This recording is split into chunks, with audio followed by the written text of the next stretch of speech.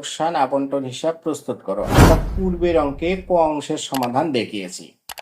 দেখো, লাভ লোকসান আবন্টন হিসাব প্রস্তুত করার জন্য আমরা এখানে অংশীদারি ব্যবসায় নির্ধারিত ছকটি অঙ্কন করেছি। প্রথমেই লিখতে হয় অংশীদার তিনজনের নাম। এখানে অংশীদার তিনজনের নাম ছিল তারা, ঝরা, হীরা। আমরা এটি লিখেছি। এরপর করণীয় লিখতে হয় যে অংশীদারদের লাভ লোকসান আবন্টন হিসাব। তাহলে লাভ লোকসান আবন্টন হিসাব প্রস্তুত করেছি, সেজন্য আমরা এখানে লিখে দিয়েছি লাভ লোকসান আবন্টন হিসাব। এরপরে তারিখ উল্লেখ করতে হয়। তাহলে তারিখটি হচ্ছে 31 ডিসেম্বর 2024 তারিখে, যেহেতু এটি প্রস্তুত করা হচ্ছে এবং শেষের দিনে, সেই জন্য অবশ্যই তারিখটি এভাবে লিখতে হবে যে 2024 সালের 31 ডিসেম্বর তারিখে সমাপ্ত বছরের জন্য। এই লাভ লোকসান আবন্টন হিসাব প্রস্তুত করার জন্য ছক অঙ্কনের পর ক্রেডিট কলামে যে বিষয়টি লক্ষ্য রাখতে হবে, ক্রেডিট কলাম দিয়ে আমরা অঙ্কটি শুরু করেছি।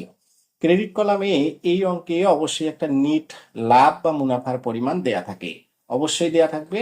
এবং এই লাভ বা মুনাফার পরিমাণ এখানে বিশদ আয় বিবরণীতে যেহেতু এটি উল্লেখ থাকে, সেহেতু আমরা বিশদ আয় বিবরণী নিট লাভ বা মুনাফা যেটা কথা থাকে সেটা লিখে আমরা এখানে ওই লাভ বা মুনাফাটাকে এখানে দেখাবো। এরপর ক্রেডিট কলামে আমরা নিয়ে আসবো যাবতীয় এই প্রতিষ্ঠানের আয়গুলো, এই ব্যবসায়ের আয়গুলো।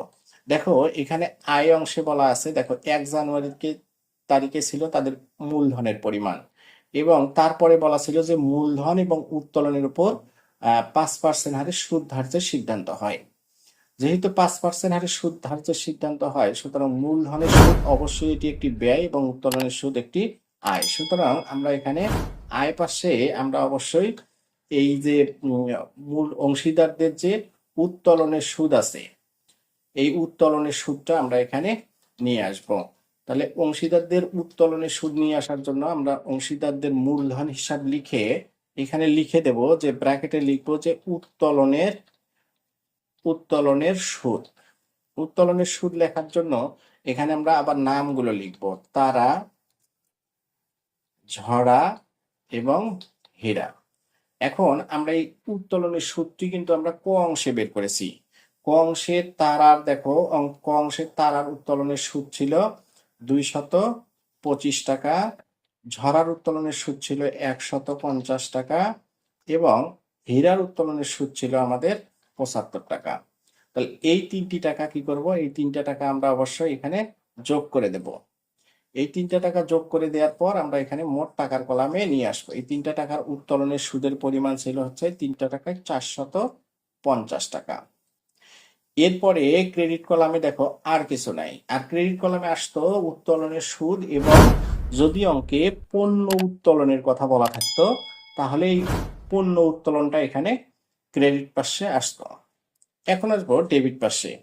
ডেবিট পাশে আমরা অনুরূপভাবে এই যে যেহেতু আমরা এটি লেজার বা খতিয়ান করতেছি, সুতরাং এখন আমরা ডেবিট পাশে ব্যয়গুলোকে দেখাবো। ব্যয়গুলো লেখার জন্য আমরা অংশীদারদের মূলধন হিসাব লিখবো, এবং লেখার পরে অবশ্যই আমাদের কি করতে হবে, এখন আমরা উত্তোলনের সুদ ক্রেডিট পাশে দেখিয়েছিলাম, সুতরাং মূলধনের যে সুদটা আছে এখানে আমাদের মূলধনের সুদ, এটা আমরা ডেবিট কলামে দেখাবো। ডেবিট কলামে দেখাবো, তাহলে অংশীদার তিনজনের নাম লিখবো, তারা, ঝরা এবং আরেকজন হচ্ছে আমাদের হীরা। দেখো, এই উত্তোলনের সুদ এখানে তারার মূলধন, এখন 1 জানুয়ারি 2024 তারিখে মূলধন ছিল তারার কত, 60,000 টাকা। এই 60,000 টাকার আমরা এখানে বের করবো 60,000 গুণন কয় পার্সেন্ট, আমাদের অঙ্কে বলা ছিল যে 5% হারে সুদ ধার্য করতে হবে। তাহলে 5 গুণন 5% সমান হচ্ছে কত টাকা, 60,000 টাকার 5% হচ্ছে 3,000 টাকা। এটা ক্যালকুলেশন করলেই আমরা পেয়ে যাবো। এরপরে অনুরূপ ভাবে ঝরার মূলধনের পরিমাণ ছিল 50,000 টাকা। তাহলে 50,000 গুণন 5% সমান হবে আমাদের কত টাকা, 50,000 টাকার 5% হচ্ছে 2,500 টাকা। এরপরে আছে কার, হীরা। হীরার মূলধনের পরিমাণ দেখো কত, হীরার মূলধন হচ্ছে আমাদের অঙ্কে 30,000 টাকা। তাহলে 30,000 গুণন 5% গুণন 5% সমান হচ্ছে কত টাকা, সমান হচ্ছে আমাদের 1,500 টাকা। তাহলে এই তিনটা হচ্ছে আমাদের উত্তোলনের সুদের পরিমাণ, মূলধনের সুদের পরিমাণ। তাহলে মূলধনের সুদ এই তিনটা যোগ করে আমরা এখানে টাকার পরিমাণ দেব। দেখো 3,000, 2,500 এবং 1,500 যোগ করলে হবে আমাদের 7,000 টাকা। এটি হলো, দেখো আমরা মূলধনের সুদটি ডেবিট পাশে দেখিয়েছি এবং উত্তোলনের সুদ ক্রেডিট পাশে দেখিয়েছি। ডেবিট পাশে আমাদের দেখতে হবে আরো কোনো ব্যয় আছে কিনা। এখানে বলছে দেখো, তারা সার্বক্ষণিক দায়িত্ব পালনের জন্য 300 টাকা করে বেতন পাবে। যেহেতু বেতন পাবে, কে পাবে? এখানে বেতনটি বলা আছে যে তারা, তারার মূলধন হিসাব লিখবো আমরা এখানে। তারার মূলধন হিসাব কি লিখবো? বেতন হিসাব। ব্র্যাকেটে আমরা লিখে দেব যে এটা লিখবো বেতন হিসাব। কত টাকা? দেখো এখানে বলছে মাসিক 3,000 টাকা করে বেতন পাবে। যদি এক মাসে 3,000 টাকা পায় তাহলে 3,000 গুণন হবে 12। তাহলে কত টাকা হবে? তার বেতনের পরিমাণ হবে আমাদের 36,000 টাকা। এরপরে দেখো বলছে যে উক্ত বছরে উত্তোলনের পরিমাণ এখানে দেয়া ছিল, আর কিছু নাই। এখন মূলধনের সুদ ডেবিট পাশে এবং উত্তোলনের সুদ এবং আহ, পণ্য উত্তোলন থাকলে এগুলো ক্রেডিট পাশে দেখাতে হয়। এগুলো দেখানোর পর অঙ্কে যেহেতু আর কোনো আহ, কাজ নেই, তাহলে এখন আমাদের যোগ বিয়োগ করতে হবে।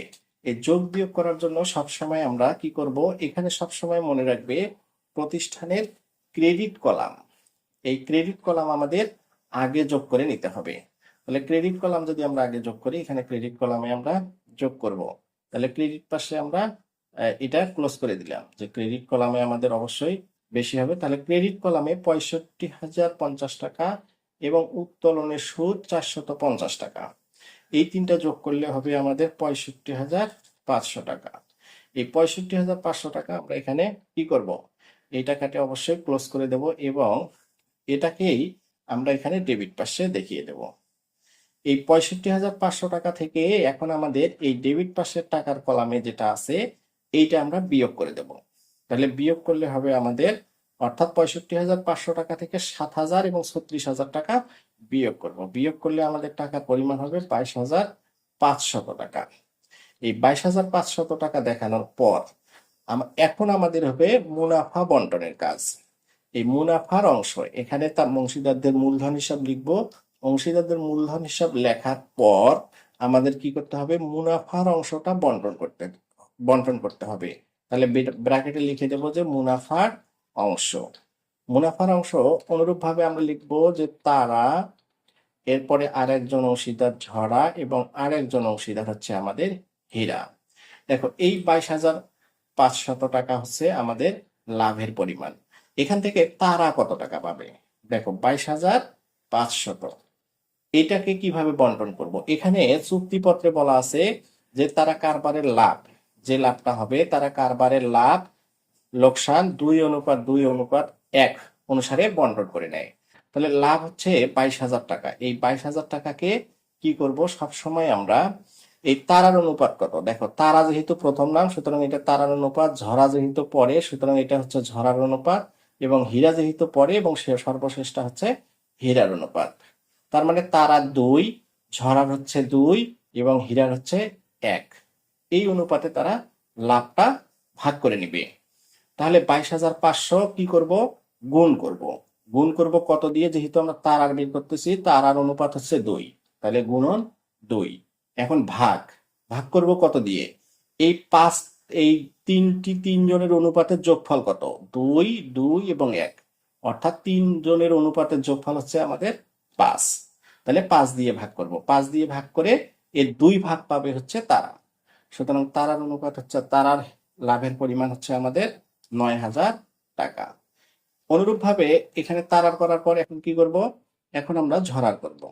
তাহলে তারা ঝরা, ঝরা 22,500 গুণন, অনুরূপ ভাবে ঝরার অনুপাত 2, তাহলে 2 দিয়ে গুণ দেব এবং ভাগ দেব অনুপাতের যোগফল 5 সমান হচ্ছে কত? 9,000 টাকা। এরপর আমরা বের করব হীরা। হীরা,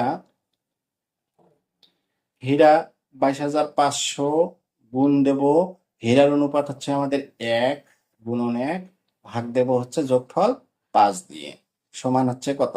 4,500 টাকা। তাহলে এখানে আমরা এখন বসে দেব যে তারার মুনাফা ছিল আমাদের 9,000 টাকা, হীরার ছিল হচ্ছে অনুরূপ ভাবে 9,000 টাকা, এবং আর কার? ঝরার 9,000 টাকা এবং হীরার হচ্ছে 4,500 টাকা। এটি আমরা এই 22,500 টাকাকে কি করলাম, আমরা তাদের অনুপাত অনুসারে ভাগ করে দিলাম। এই ভাগ করে দেওয়ার পরে এটি হচ্ছে আমাদের মুনাফা বন্টনের কাজ। তো এটি ছিল আমাদের খ অংশের সমাধান। এর পরের অঙ্কে অংশীদারদের মূলধন হিসাব প্রস্তুত করা হয়েছে। আমি তোমাদের অনুরোধ করব, অবশ্যই তোমরা আমার চ্যানেলটি সাবস্ক্রাইব করবে এবং কোনো গুরুত্বপূর্ণ অঙ্কের সমাধান পেতে চাইলে অবশ্যই আমাকে হোয়াটসঅ্যাপ বা মেসেঞ্জারে অথবা ইমেল করতে পারো। ধন্যবাদ।